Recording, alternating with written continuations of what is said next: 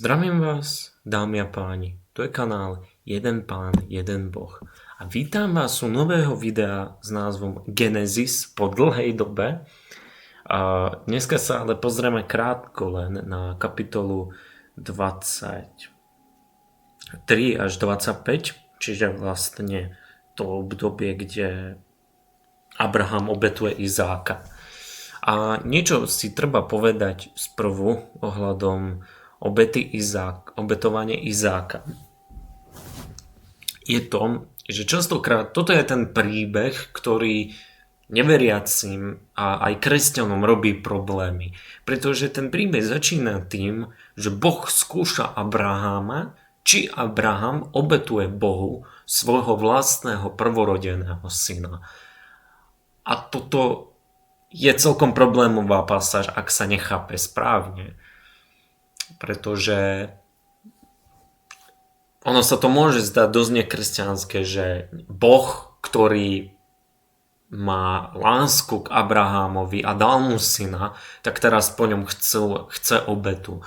Lenže zase, keď povedia kresťania, že len skúšal Abraháma, skúšal jeho vieru, tak ateisti zase odpovedia, alebo nie len ateisti, ale každý, kto je proti kresťanstvu, odpovie: no ale prečo by Boh skúšal Abraháma, keď je vševediaci? Keď je vševediaci, tak nemusel skúšať jeho vieru, pretože vedel, akú má on vieru. Čiže na čo to on robil? Prvá vec, čo si k tomuto treba povedať ohľadom obety Abraháma je, že keď Boh chce po Abrahámovi, aby obetoval svojho syna, táto skúška nie je preto, lebo Boh by nevedel. To je prvé, čo si musíme povedať. Boh vie, akú má on vieru. Ale pretože tento príbeh sa bude predávať z generácie na generáciu, bude sa o ňom rozprávať, tento príbeh nám hovorí trochu viacej. Tento príbeh nám hovorí o tom, ako Boh vlastne dáva všetko Abrahámovi skrz jeho skutky, skrz jeho vieru. Čiže koho tu skúša? Skúša tu Abraháma práve preto, lebo čitateľovi, alebo niekto, kto počúva ten príbeh zatiaľ z tých predošlých kapitol o Abrahámovom živote, tak sa to môže zdať, ako keby Abraham toto všetko robil len z toho dôvodu, lebo dostáva nejaký sľub. Čiže robí to preto, lebo dostane nejakú odmenu. Že preto je spravodlivý, preto uctieva Boha nie z lásky, nie z toho, že to je dobré, ale preto, lebo dostane Izáka. Dostáva svojho prvorodeného syna, lebo to je ten sľub, ktorý sa tam neustále opakuje. Dostane prvorodeného syna, bude otcom mnohých národov, bude otcom silného národa. Nikdy ich Boh neopustí. Čiže sa to môže zdať sprvu, že to Abraham fakt robí len preto, lebo sú mu slúbené tieto veci. Nerobí to preto, lebo je to dobré. Lebo to je z lásky. Čiže čo tu vlastne Boh skúša ohľadom Abraháma, je jeho viera. Či je odhodlaný, že aj keď Boh dáva, tak či je odhodlaný to, čo mu dal Boh, dať stranou, obetovať to. A bohužiaľ jedno z toho je jeho syn, lebo to je ten dar, ktorý on čakal, on chce syna. A čo nám hovorí Kristus v Evanjeliu? Je taká jedna špecifická pasáž, ktorá sa opakuje. Nenávidte svoju matku, nenávidte svojho otca, nenávidte svojho brata a sestru. Milujte len Boha. Neviem teraz konkrétne, kde z hlavy, ale dá sa to ľahko nájsť. A samozrejme, tu Kristus nehovorí o tom, že teraz máme nenávidieť svoju rodinu. Nie, o tom tu hovorí. Čo sa tam snažil povedať je to, že Boh je prvoradý. A nikto nám nemôže stať v ceste. Či už je to rodina, či už je to majetok. To je to, čo mal problém ten boháč. Robil všetky zákony, bol to dobrý, konal dobro. Aj o farizov tiež hovorí Kristus, že oni konajú dobro skutkami, ale vierou sú skazení. vnútri sú skazení. Robia to len preto, lebo dostanú slávu, dostanú obdiv od druhých. A to je presne to, čo táto obeta Izáka od Abraháma, obetovanie Izáka, to je ten príbeh, to je to, čo sa nám tu snaží povedať ten príbeh, že nemáme byť farizei, nemáme to robiť len preto, lebo dostávame odmenu. Boh nie je nejaký automat na odmeny, to nie je nejaký stroj, ktorý, keď do neho ťuknem, tak mi dá všetko, čo chcem. Ale je to osoba a mám sa správať k tej osobe s veľkým rešpektom, pretože ona ma nielen stvorila, ale stará sa o mňa. A o celé ľudstvo, celý stvorený svet. A to je to, čo skúša Boh od Abrahama. To je to, čo chce, to, čo dáva čitateľom, či to je prvá vec, čo dáva čitateľom Abrahámovho príbehu. Chce dávať dôraz na to, že spravodlivý nie je ten, kto koná, ale ten, ktorý koná a má dobré srdce. A tuto vidíme ten príklad o Abrahama. On bol odhodlaný obetovať to, čo Boh mu sám slúbil, aby mohol byť bližšie s Bohom. Pretože čo nás zveličuje ako ľudí? Nie je to rodina, nie sú to peniaze, nie sú to majetky, ale je to Boh, ktorý nás veličuje. Robí nás lepších. Len skrz Boha sme lepšími ľuďmi. Čiže obetovanie Izáka, a samozrejme má to aj a samozrejme to vidíme u toho, kde Abraham už chcel obetovať Izáka, už ho aj zviazal, aj Izák bol odhodlaný. Mimochodom, to je zaujímavé na tom príbehu, nepíše sa tam o tom, že by Izák sa nejak bránil. On bol zviazaný a aj ako to aj vidíme, je kľudný.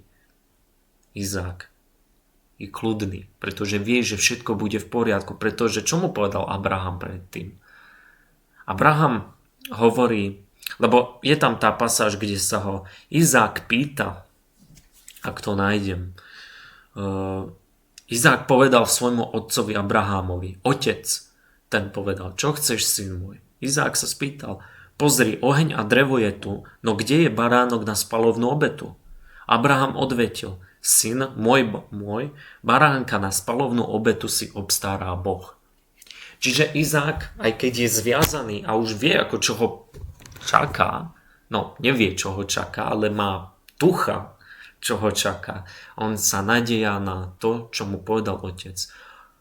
Že Boh si vždy nájde toho baránka. A nakoniec tam príde ten anjel a povie, zakričí na Abrahama, neobetuj svojho syna. Pretože Boh obstaral baránka na obetu. Čiže je to skúška viery. A aj odhodlania. Vidíme to nielen Abrahama, neskúša sa to len Abraham, ale skúša sa to aj Izák. A preto on neskôr sa aj stane tým prvorodeným z vôle. Nie je to Izmael, nie sú to Abrahamovi ostatní synovia, je to Izák. Pretože on, aj keď sa malo stať to najhoršie, on bol odhodlaný sa obetovať za Boha.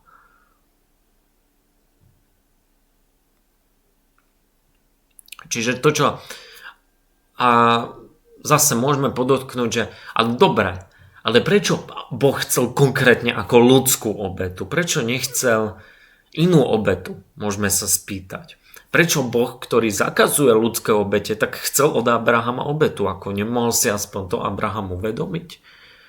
A na to sa dá odpovedať jednoducho a to je to, že Abraham v dobe, v ktorej on žil, bohužiaľ, ľudské obete bola norma. V kanánskej zemi, v Blízkom východe, pohanský Blízky východ nebol taký plných kvetiniek a zelenie. Ale bolo to dosť kruté miesto. Bolo to miesto, kde vážne tí ľudia obetovali ľudí a bola to norma na Blízkom východe u pohanov. Čiže Abraham, on si z toho nič nerobil, pretože to bola norma. A druhá vec je to, že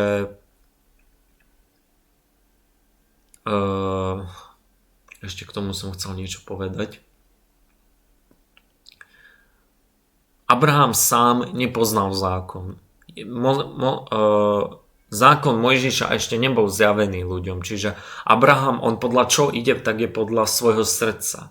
On podľa svojho srdca vie, čo je správne, podľa svojich inštinktov. Ale samozrejme má to limity.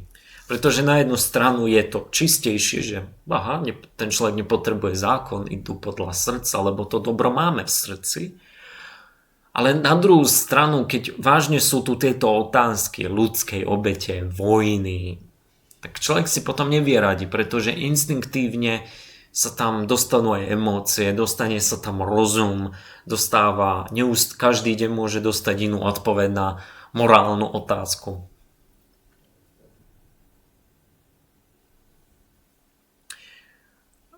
Čiže táto obeť, ktorú dáva Abraham, nie je to z toho, že Boh by nevedel, že ako odhodlaný je Abraham, alebo je to pre Abrahama, aby ho nejako potrestal, že tá obeť je nezmyselná, sa môže zdať, ale nie je.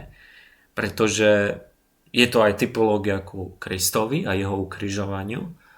To mnohí vedia, ale rád by som podotkol na to, že tuto Boh, aj keď sa tu hovorí o tej skúške, znova, tá skúška je tu preto Abrahama, aby nie je tu ani tak pre Abrahama, ako skôr pre toho čitateľa, pre nás, respektíve. Pretože Boh tým, že je vševediaci, on vie, že tento príbeh, on sa bude kolovať, bude sa o ňom rozprávať, bude niečo, čo musí byť niečo, čo ľudia budú čítať, čo sa bude vyzobrazovať.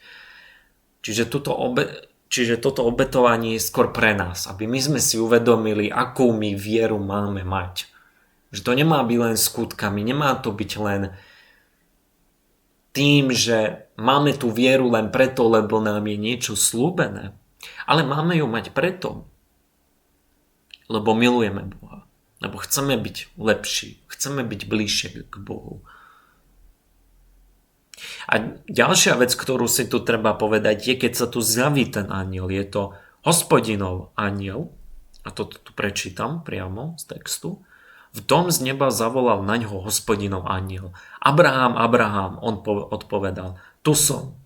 Anjel mu povedal, nedotýkaj sa chlapca, neublíž mu. Teraz viem, že sa bojíš Boha, lebo si mi neodoprel ani svojho jediného syna. Ako o sebe hovorí ten Hospodinov anjel? Znova, je to tá istá figura, ktorá sa objavuje neustále.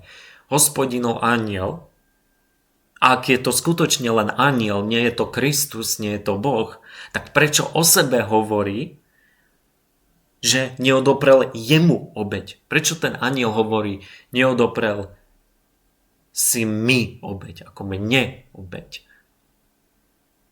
Čiže tu ten anjel o sebe hovorí, Hospodinov anjel špecificky, o sebe tvrdí, že komu Abraham chcel obetovať Izáka, tak je tomu anjelu a nie Bohu. Ako to je možné? No, takisto ako Kristus, Otec a Svätý Duch existuje v kresťanskej teológii a aj v realite, tak takisto aj anjel, Hospodinov anjel, to je Kristus. Tu ho vidíme v Starom zákone, nie je to nemožné, že existuje niekoľko osôb v božskej prirodzenosti.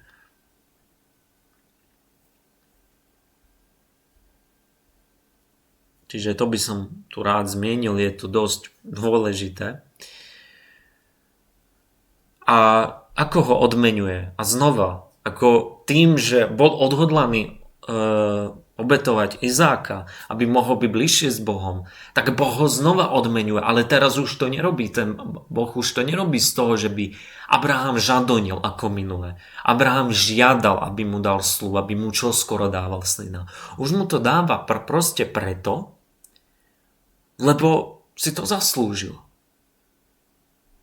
Abraham. Nedáva mu to preto, lebo nedáva mu to už preto, lebo Boh lebo Abraham by žiadno nedal. Boh mu to proste dáva ako odmenu. Proste tak, že je dobrý. Že je vážne dobrý, že je vážne odhodlaný Abraham. Ako mu hovorí, pretože si poslúchol môj hlas, v tvojom potomstve budú požehnané všetky národy zeme. Potom sa Abraham vrátil k svojim sluhom a všetci spolu sa pobrali do Beršeby, kde Abraham býval.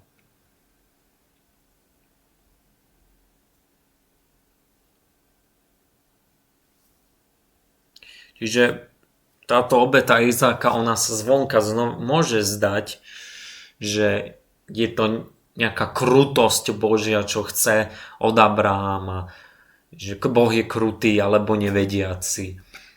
Ale nie je to tak, ono to má ďaleko hlbší a komplexnejší význam, ako sme si vysvetlili. Na konci kapitoly tejto 22. tak sa nám hovorí o Náchorovi. A kto je Náchor? Náchor je brat Abraháma, ktorý neupustil svoju krajinu. Čiže oproti Abrahámovi, ktorý išiel do zemi kanánskej, tak Náchor ten neodišiel, ale mal potomstvo. A ďalšia kapitola vlastne... Toto ešte nie je tá kapitola, to bude ďalšia. Ale kapitola 23, vlastne teraz už vlastne ešte tam je ten dodatok k tomu, kde je smrť Sáry. Čiže Abrahámova žena zomrela, Sára. Dožila sa 127 rokov. To bol Sárin vek. A teraz pre niektorých tých všímavejších môžete si povedať, že zaujímavé číslo, že sa dožila 127 rokov, keď Boh vlastne uzákonil ešte v Genesis 7 a 6, ešte pred Noémom, že ľudia sa majú dožívať len 120 rokov, alebo to tuším bolo po Noémovi už. 120 rokov. A toto sa Sára dožila 127 rokov. Čiže sa to môže zdať ako nejaké protirečenie. Ale toto nie je protirečenie. A prečo to nie je? Pretože Boh odmenuje dlhovekosťou ľudí, keď sú dobrí, keď sú spravodliví. A vidíme to, že keď dobre žijú, postia sa, modlia sa ľudia, že nerobia všetko, čo chcú, tak vážne sa dožijú dlho. Dožívajú sa dlho, keď majú stačí už len pozitívne myslenie. A to je aj biologicky pravda. Stačí fakt len pozitívne myslenie a ľudia sa môžu dožiť viacej, dlhšie, než ľudia, ktorí sú pesimisti, neustále nadávajú, neustále stresujú. Aj lepšie vyzerajú, mladšie, lepšie fungujú v spoločnosti. Čiže keď toto sa Sára dožívala 127 rokov, tak to je len Božie milosrdenstvo, kvôli ktorému sa dožila ešte tých extra 7 rokov. Dá sa tak povedať.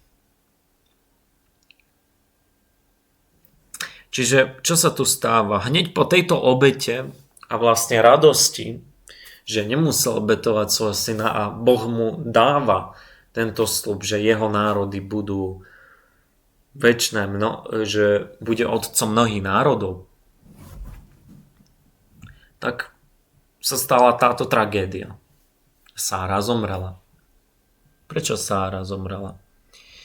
Teda nie prečo, ale čo spravil Abraham. Čiže išiel jej na pohreb. A celá táto kapitola 23 je vlastne ako on sa Abraham stretáva s Chetitmi. Chetiti k nemu majú veľký rešpekt a dávajú mu miesto. A chcú mu ho dať zadarmo. Chcú mu dať aj najlepší hrob. Ale čo Abraham spraví v tej kapitole? On sa tam celý čas, nepovedal by som, že háda, ale dohaduje sa tam s tými Chetitmi, že on zaplatí za ten hrob. On kľudne dá za hociaký hrob jej chce. Proste len chce, aby bola v tejto zemi. A vidíme tu, že aj tých Chetitov rešpektuje ich kultúru, rešpektuje tie národy. Nie je proti ním nutne. A tu je to, čo si musíme povedať aj o pravoslaví a aj kresťanstvo, že ako sa má rozširovať, pretože vidíme, že ľudia, respektíve niektorí historici tvrdia, že kresťanstvo ničilo kultúry. Aj keď si prečítate, a ono to už ide veľmi ďaleko, toto nadávanie, že kresťania ničia ríše, kvôli kresťanstvu padla rímska ríša, kvôli kresťanom neexistujú už Rímania. Ale toto je niečo, o čom už aj svätý Augustín poznamenal vo svojej knihe Boží štát.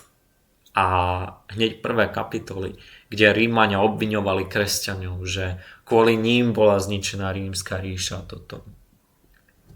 Čo si treba povedať o rozširovaní kresťanstva je to, že kresťania nikdy respektíve pravoslávni kresťania nikdy nerozširovali vieru násilne. Apoštoli nerozširovali tú vieru mečom.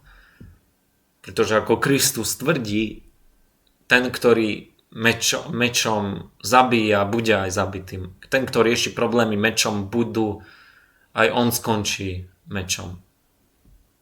Petrovi. Ale už neviem, ako presne to je, čiže pardon. Ako to je presne povedané. Ale vidíme tu, že ani Abraham, on tu nevnúcuje Chetitom vlastné štandardy, vlastnú vieru. Pretože aj tí Chetiti, čo je zaujímavé, je to, že oni poznajú Boha.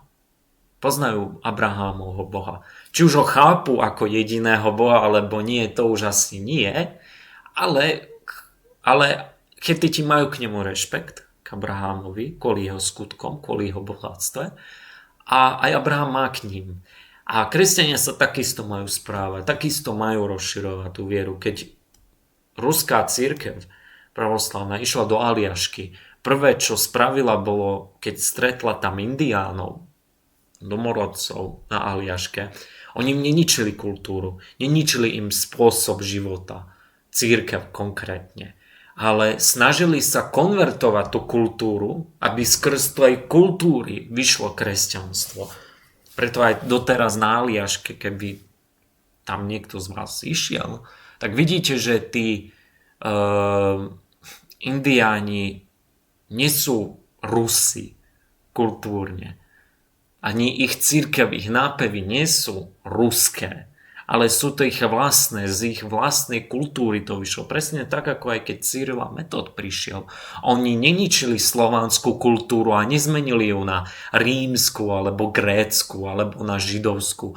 Oni z tej slovanskej kultúry spravili kresťanskú kultúru. Zo Slovanov, z ich vlastnej kultúry im dali to uvedomenie, že aha, kresťanstvo je pravda. A takisto aj Grékom to spravili aj Židom. Grékom tiež vysvetlili kresťanstvo skrz grécké pojmy. Grécké koncepty, skrz gréčtinu. Nevymazali im to, nepovedali im, že len židovské náboženstvo je to pravé náboženstvo a musíte mať liturgiu hebrejsky, musíte chodiť do Jeruzaléma, to je sväté miesto.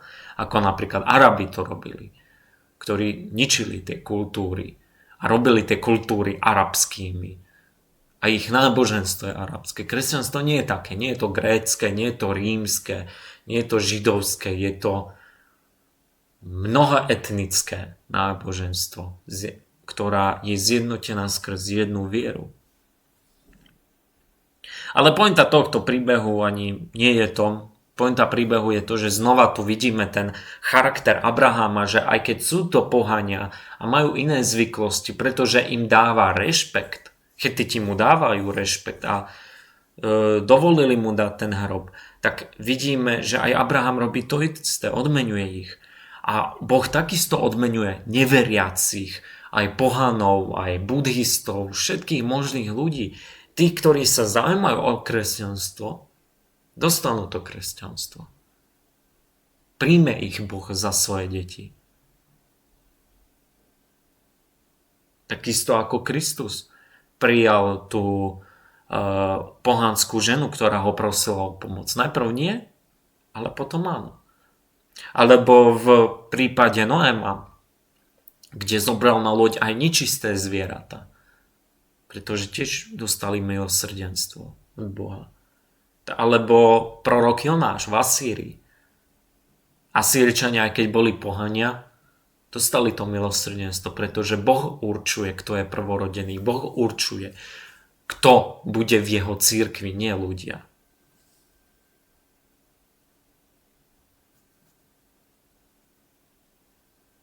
A tu vidíme znova to, ako aj tí pohania sú odhodlaní.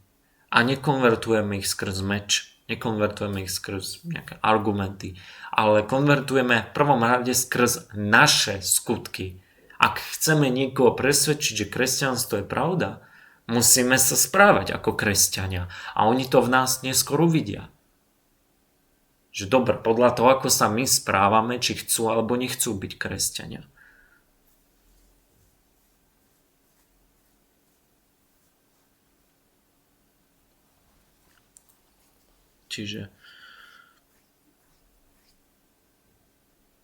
Čiže Abraham pochoval Sáru v jaskyni v krajine Kánán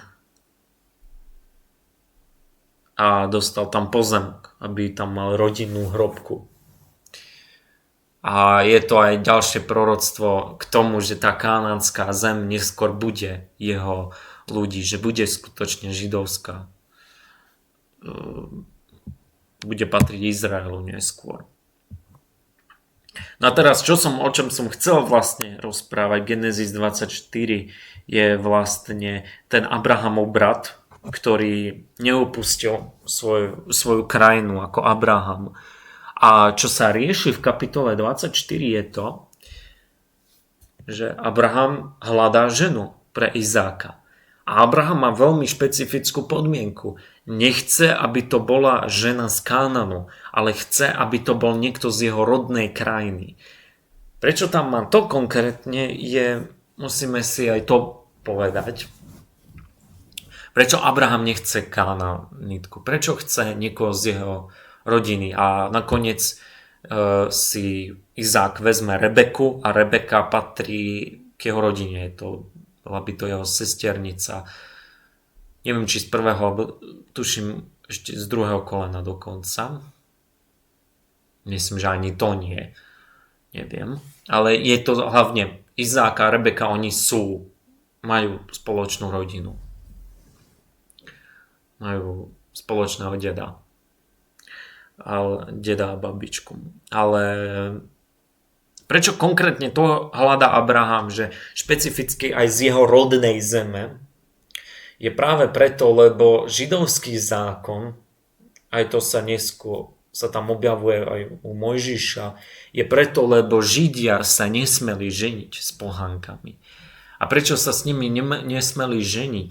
Nie je preto, lebo nejaká etnická nejaká etnická čistota, alebo preto kvôli nejakému rasizmu. Ono to má praktický dôvod. Dôvod, prečo sa nemohli ženiť Židia s pohanmi, bol ten, alebo s pohanskými ženami, bol ten, lebo pohanské ženy a pohanskí muži, tým, že oni neverili v Boha, oni veľmi ľahko odvrátili tých Židov od viery. A aj keby neodvrátili, ono sa v tom vzťahu deje konflikt. Budú tam konflikty. Nielen názorové, ale aj praktické. Pretože jeden napríklad povedzme, že manžel je pohan a manželka je židovka. Manžel tým, že by bol aj hlavou rodiny v tej dobe, tak on by určoval zvyklosti, určoval by sviatky, ktoré sa majú oslavovať. A zároveň by tam bol konflikt, pretože ona nemôže oslavovať tie sviatky, ona napríklad nemôže jesť určité jedlá, tá židovka. Aj keď bolo to známe, že Židia sa predsa len ženili s pohanmi. Ženili sa konkrétne s pohanmi, ktorí vážne nemali problém s tou vierou a ktorí vedeli, že nebudú tam názorové konflikty. preto aj svätý apoštol Pavol neskôr hovorí týmto rodinám konkrétnym, aby sa nerozvádzali, ale aby skrz ich vieru, tak oni spásajú aj tých pohánov, aj tých neveriacich v ich rodine spásajú. Preto je dôležité, aby si oni udržali tú vieru hlavne, aby sa nestarali o tých druhých, ale starali sa hlavne o seba, čo sa týka viery. Čiže prečo tam Abraham nechce týchto kanánskú ženu pre Izáka, je preto, lebo Izák má tú pravú vieru a tá kanánska žena, a aj vieme z budúcnosti, že Kanániti tak budú nepriateľa s Izraelom, tak by bola nepriateľkou, nebola by to manželka, ale bol by to ničivý vzťah by to bol. Izák by sa možno odvrátil od svojej viery a stal by sa pohanom, čiže by ten sľub od Boha, nebol by on prvorodeným, ale niekto iný, nejaká iná rodina by bola. A aj keby Izák nekonvertoval, mal by tú jednu ženu a mal by konflikt s ňou. Obrovský konflikt by mal s ňou. A aj deti by potom žili v konfliktnom vzťahu. Preto ani dneska v kresťanstve pravoslávnom ono sa nedoporučuje ženiť sa s niekým, kto je pohan. A teraz už to nie je pohan, lebo pohania neexistujú, ale aj kto je neveriaci. Ešte napríklad, samozrejme to záleží od kňaza, niektorí to povolia, niektorí nie, pretože to veľmi záleží od toho charakteru k neveriacemu. Je to neveriaci, ktorý je čisto proti kresťanstvu, že nebude ho učiť kresťanstvu, vôbec nič o tom nechce počuť. Je to neveriaci, ktorý dobre príjma to, ale ona sama neverí, on sám neverí. Alebo je to taký, ktorý je otvorený k tomu, že aha, môže to byť pravda, ale neviem. Tým pádom je agnostik. Veľmi to záleží a miesto toho, aby aj dneska kresťania riskovali s tým, tak ani Abraham tu nechce riskovať. A ani Židia, to bol účel toho zákonu, aby neriskovali s pohánmi.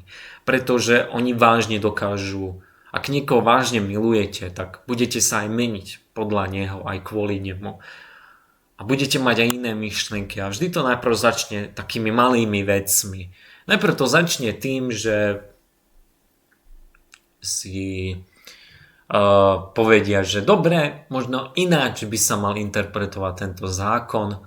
Potom sa aj prestanú modliť, prestanú sa postiť, prestanú slaviť sviatky, prestanú nakoniec aj chodiť do chrámu, pretože ich partner nechodí.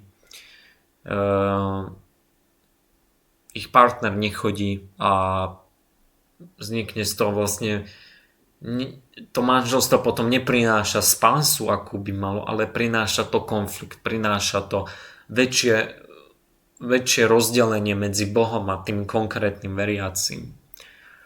Čiže Abraham toto nechce riskovať pre svoju rodinu, že by tam prišla teraz nejaká žena, ktorá by bola pohanka, zničila by rodinu, zničila by vieru, zničila by vlastne celé to spoločenstvo a to, čo Abraham vybudoval a chce naďalej vybudovať, tak aby to neskončilo s Izákom.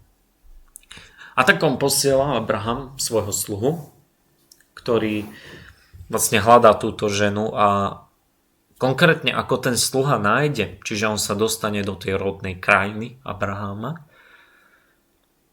a spýta sa, tam ženy idú k studni a chodiť k studni z mesta bolo vtedy dosť ďaleko, mohlo to byť aj kilometre. Kilometre to mohlo byť. Čiže tieto ženy nechodili veľmi blízko za tou vodou, to si treba povedať. A ten sluha hovorí, pretože hovorí, Abraham povie, že Boh bude s ním, bude ho chrániť po ceste. A sluha sa vlastne pomodlí k Bohu, aby mu našiel ženu. A tá, ktorá ho pohostí, konkrétne on hovorí, sluha Bohu, hovorí, ak to nájdem, Deva, pozri, stojím tu pri prameni a dcéry mužov mesta vychádzajú čerpať vodu. Deva, ktorej poviem, nachýl svoj džbán, aby som sa napil. Nech odpovie, napí sa a ja napojím aj tvoje ťavy. Nech je to tá, ktorú si prichystal svojmu služobníkovi Izákovi. Podľa toho poznám, že si preukázal láskavosť môjmu pánovi. Čiže čo tu vlastne ten sluha chce po tej služke je to, aby tá služka bola čo? Aby bola pohostinná. Pretože pohostinnosť je to najcennejšie, čo človek môže dať človeku. To je hriech, kvôli ktorému bola Sodoma zničená. Je to to, čo Abraham si veľmi cenil, aj u druhých. A takisto aj ten sluha. Ako ja poznám dobrého človeka? Tým, že je pohostinný. Čiže tá žena, ktorá cestovala teraz za vodou kilometre ďaleko, miesto toho, aby teraz zobrala vodu a dala ju, ako mala ju pre seba, tak ten sluha chce vedieť, že či je odhodlaná obetovať seba za pomoc druhých. A čo povie tá služka Rebeka, žena Izáka, povie, že tu napísa a nasítim aj tvoje ťavy. A tu našiel sluha svoju ženu, bola to dcéra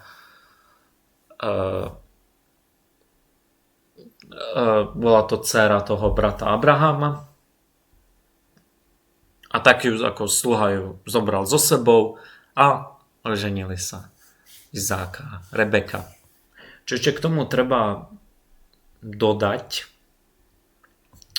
je aj to, že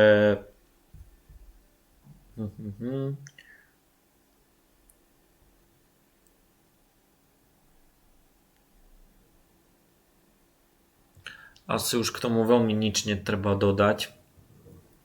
Je to dosť zaujímavý príbeh. A potom ten sluha miesto toho, aby ju proste len tak zobral, čo bolo tiež zvykom niekedy na Blízkom východe, proste ju zobral, tak sluha prišiel k nej domov. Spýtal sa o povolenie otca, môže s ňou ísť, pretože Abraham o ňu žiada pre svojho syna Izáka, pretože nechce, aby to bola nejaká zlá žena, aby to bola nejaká pohanka.